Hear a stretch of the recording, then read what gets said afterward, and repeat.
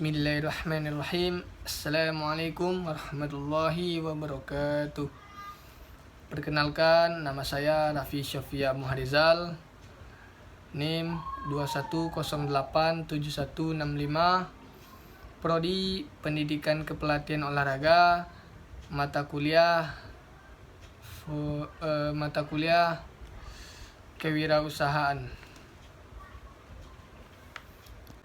Baik, di sini sedikit kita akan membahas tentang wirausaha era revolusi industri 4.0.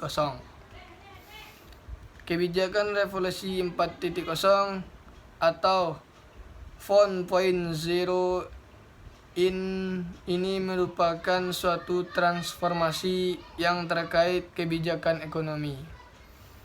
Di era industri revolusi industri 4.0, mau tidak mau kegiatan bisnis wirausaha dan industri apapun, termasuk sekelas usaha bisnis yang kita lanjutkan dalam konteks wirausaha, harus bergerak, harus ikut serta berada atau beradaptasi dalam konteks aliran revolusi ini. Karena kalau tidak, kita akan berada di satu tempat, bergerak tetapi tidak berkembang kemana-mana, sementara semua orang akan mengikuti pola harus menuju sampai ke tujuan yang mereka inginkan. Sesuai dengan filosofi kehidupan terkait dalam perubahan tadi, mau tidak ikut, suka tidak suka, maka Anda harus ikut serta dalam beradaptasi, mencoba dan melakukan itu. Kuncinya, kalian tidak mau melakukan, tidak akan pernah tahu sampai di mana usaha yang kalian jalan dan kalian lakukan. Kita lakukan namanya salah satu bagaimana dari paradigma berpikir kewirausahaan adalah usaha maksimal, kerja keras, dan tidak kenal lelah. Baik, karena bicara soal industri, bicara soal ekonomi, mungkin bahasannya sedikit berat.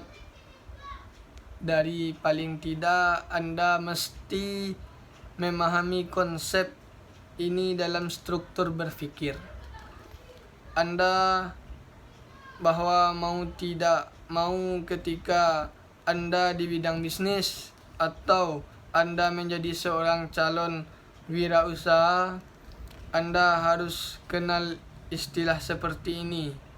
Jadi walaupun agak sedikit pelan-pelan,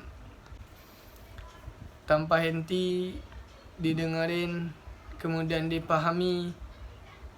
Kali ini tidak bicara soal transformasi ekonomi, dan itu merupakan, buat saya, merupakan kunci dari kemajuan bidang ekonomi. Mau tidak mau, jadi satu kondisi memang harus seimbang.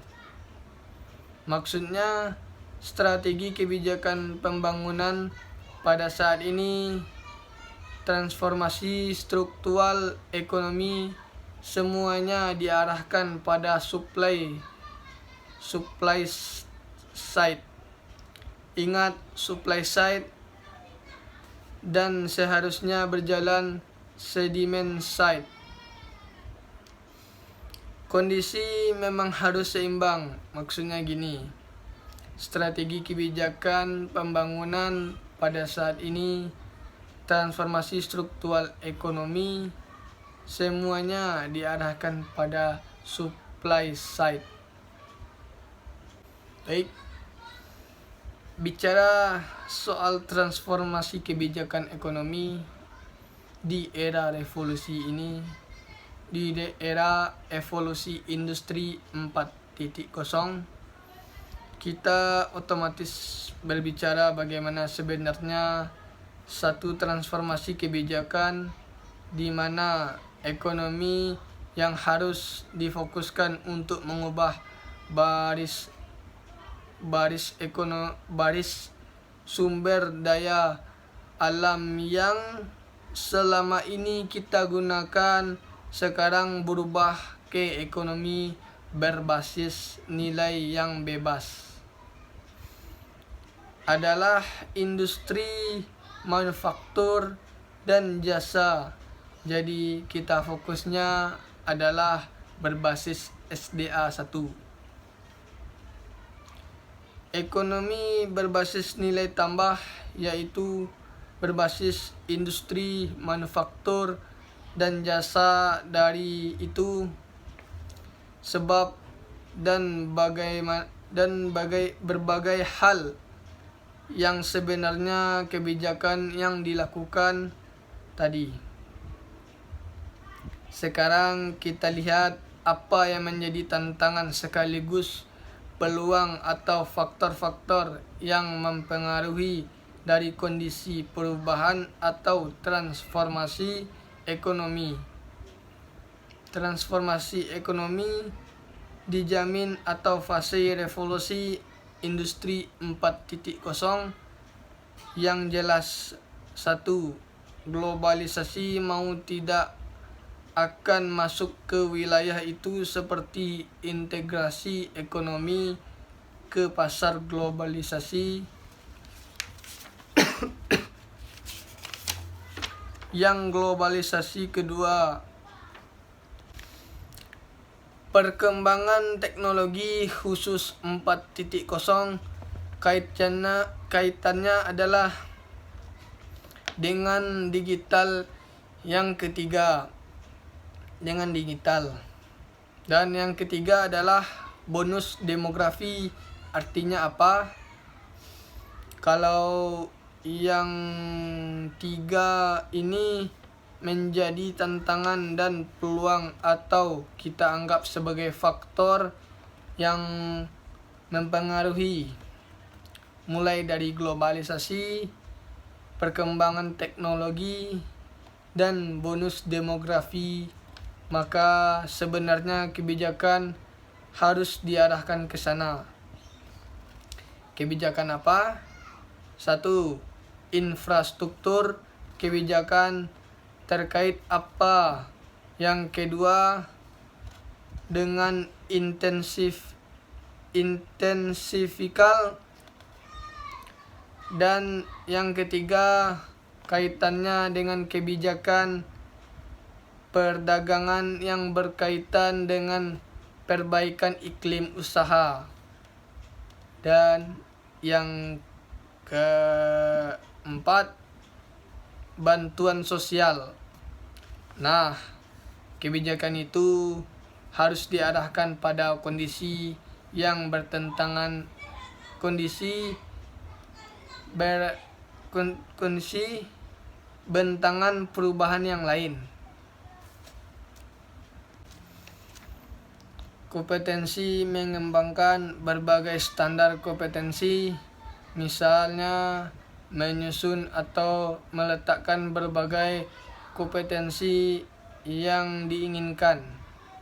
Tentunya duduk bersama industri tadi, apa yang diinginkan, apa yang diharapkan, apa yang diharapkan. Kompetensi mana ini dipilih, yang ini dikembangkan sesuai dengan tuntunan dan standar industri. Yang kedua, membangun langkah-langkah secara standar terhadap akreditasi. Ada kejelasan mekanisme, jadi mengawang-awang. Waktu semuanya terukur, ada standar yang jelas, ada ada mekanisme, ada pembekuan langkah, ada pembengkuan langkah. Jadi gerak berdasarkan standar kinerja. Hanya itu yang dapat saya sampaikan. Bila ada kata-kata yang salah atau kurang pas, saya mohon maaf. Billahi taufiq wal hidayah. Assalamualaikum warahmatullahi wabarakatuh.